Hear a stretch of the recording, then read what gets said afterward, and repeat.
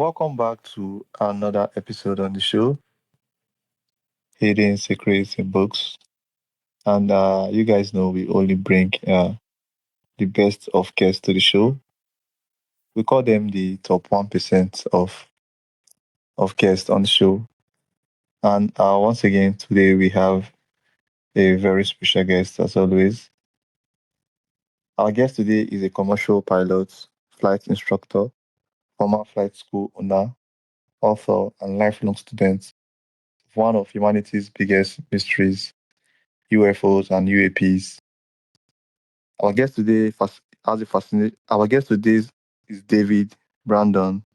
His fascination began at just 13 years old when he experienced a UFO sighting that changed the direction of his life.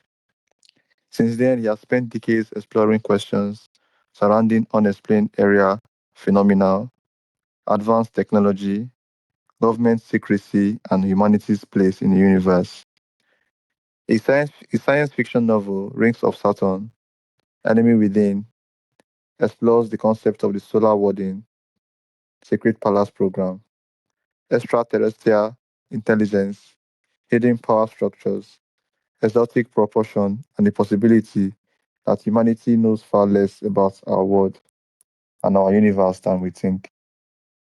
With thousands of hours spent in the cockpit as a pilot and flight instructor, our guest today also brings a practical aviation perspective to a subject often surrounded by speculation. Today, we are going beyond the headlines and into the questions behind the mystery. David, welcome to the show. I'm happy that you had asked me on. Okay, thank you so much. So, take us back to when you were 13. What happened during the UFO sighting that changed the direction of your life?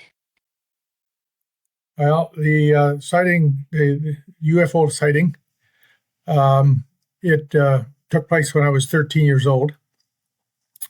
And basically, what it was is myself and a group of other people from the town that we lived in, we seen a UFO sitting in the back, maybe about a half a mile to a mile away, in a field. It was at nighttime, and it was all lit up, and it was moving around the field. It wasn't a sighting that was spectacular or anything, but it was there. And then after a period of time, it just flashed out, disappeared.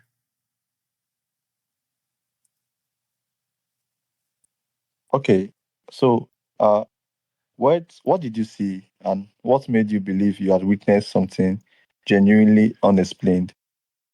Well, first of all, it was sitting in the middle of the field in the wintertime, uh, with the snow was actually quite deep. And in the middle of this field, there would be no farm equipment. There would be nothing else at that time of year, except for maybe snowmobiles, but it definitely was not a snowmobile. And so that's how we determined that it was something that was not usual. It was definitely an unidentified object.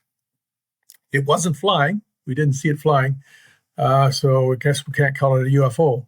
But it was there. Okay, so how did that experience eventually lead you into aviation and the study of UFOs and UAPs? Well, it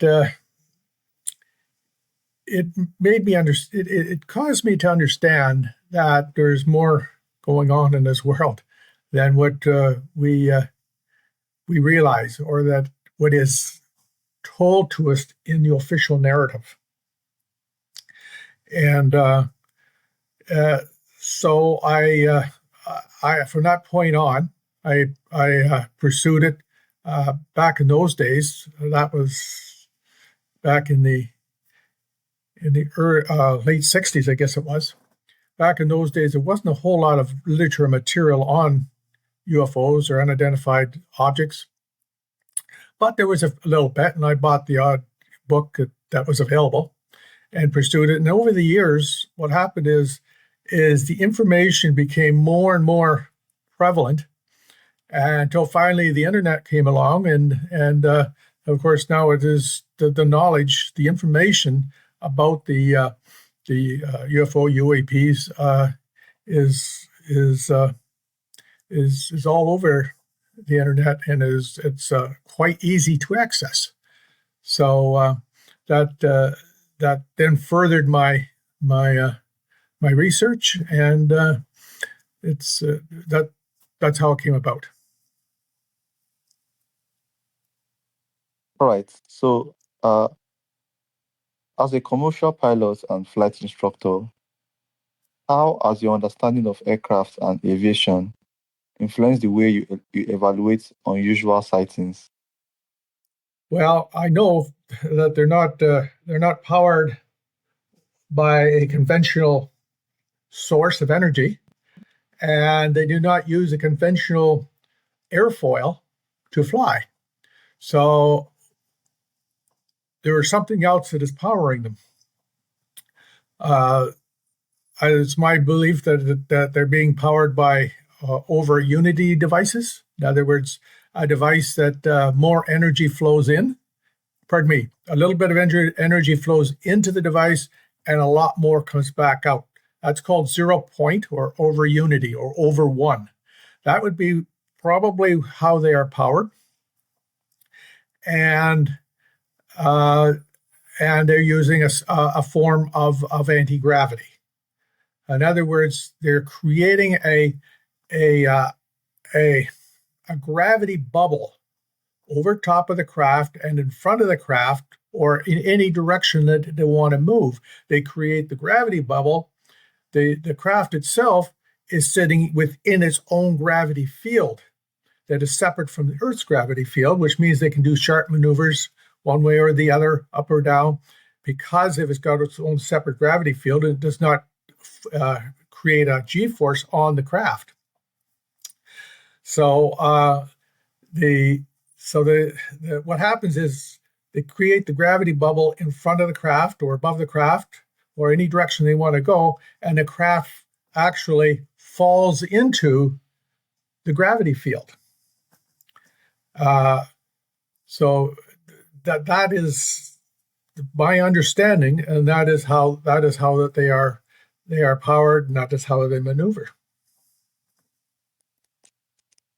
Okay, so your book explores the idea that some of the technology described by whistleblowers could be far beyond what the public understands.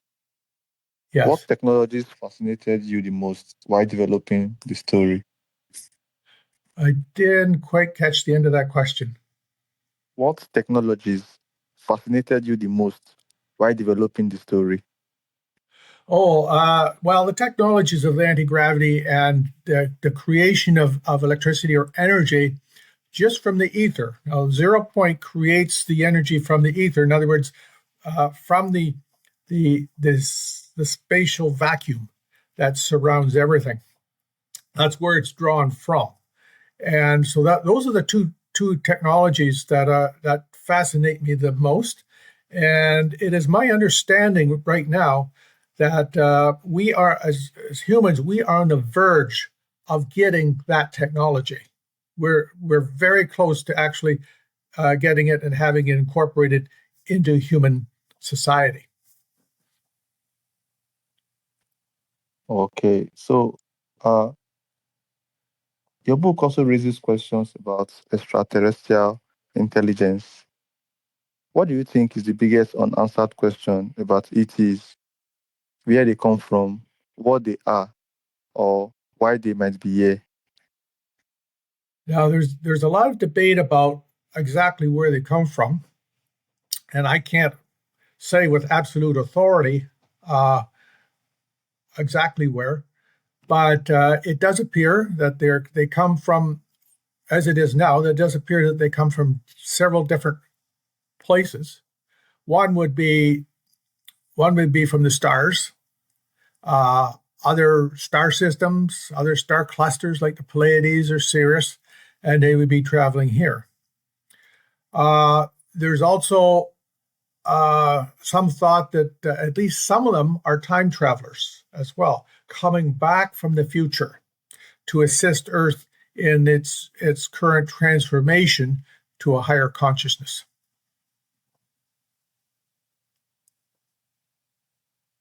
Okay, so the story also raises questions about spirituality and extraterrestrial intelligence.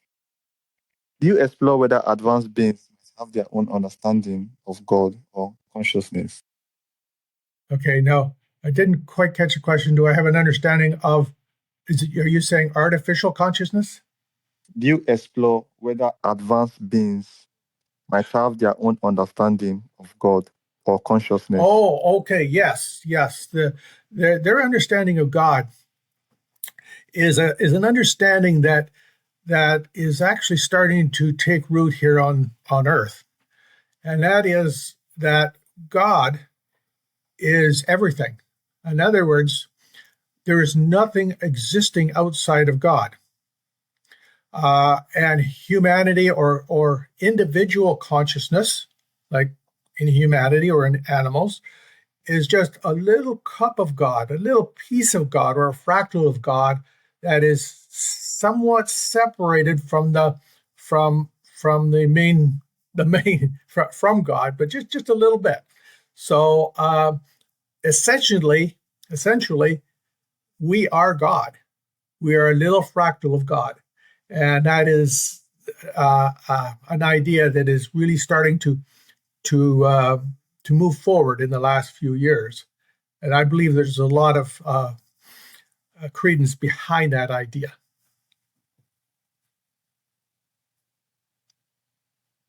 Okay, so why do you think the possibility of ET's life challenges so many of our assumptions about humanity?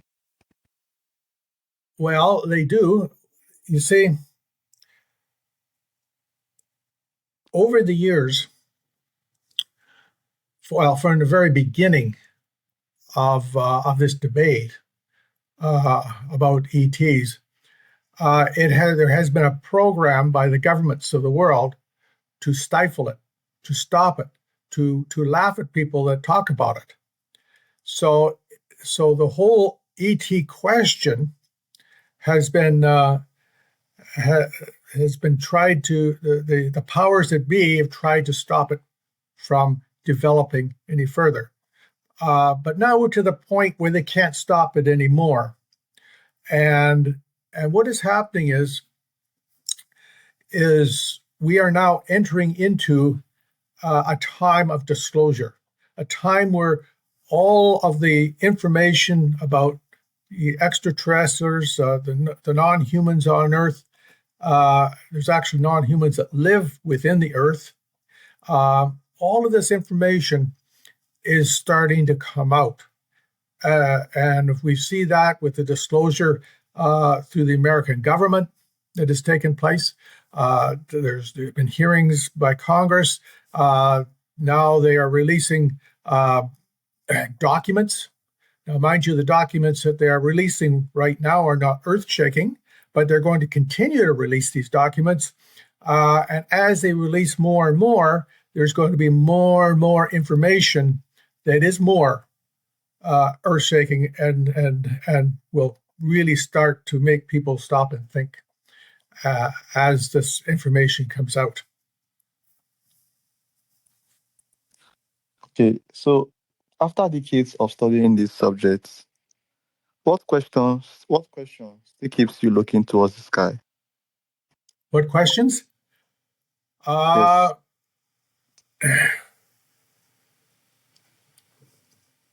well, that is a good question. I like that question. The I believe for myself. This is just myself, and but there are other people. I'm not speaking for anybody else, but there are other people that have incarnated on Earth at this time to assist humanity in their transformation to consciousness. So when I look up at the night sky, I try to find the Pleiades because that's where I believe I come from, the Pleiades star cluster. And I think, well, the Pleiades was a pretty good place to live, but I like Earth too.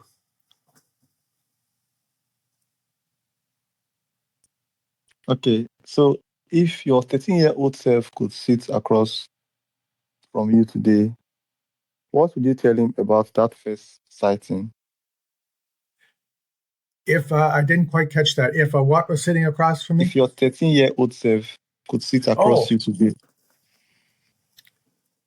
and what would I tell him today? about the first sighting, Oh, well, I would tell him just stay the course and continue this and continue the studying and the research, and eventually all the information will come out. It hasn't come out yet, and I'm 72 years old today, but it will continue to come out, and I believe that my lifetime even we will get most of the information. That's what I would tell him. all right, thank you so much. This has been a very exciting episode. David, thank you for taking us into a world filled with questions about UFOs, UAPs, advanced technology, government secrecy, and humanity's place in the cosmos. Whether listeners accept every theory or simply live with new questions, that's what makes these mysteries so compelling. Sometimes the most fascinating discoveries begin with one simple question: what if the story we have been told isn't the whole story? David, for those who would like to connect with you and learn more about what you do, how can they do that? Okay, so the book that I've written, it's a science fiction novel, but there's a lot of truth woven within the novel.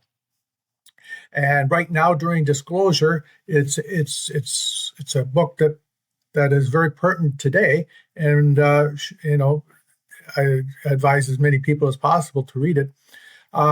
You can contact me through my website. That is ringsofsaturn.ca.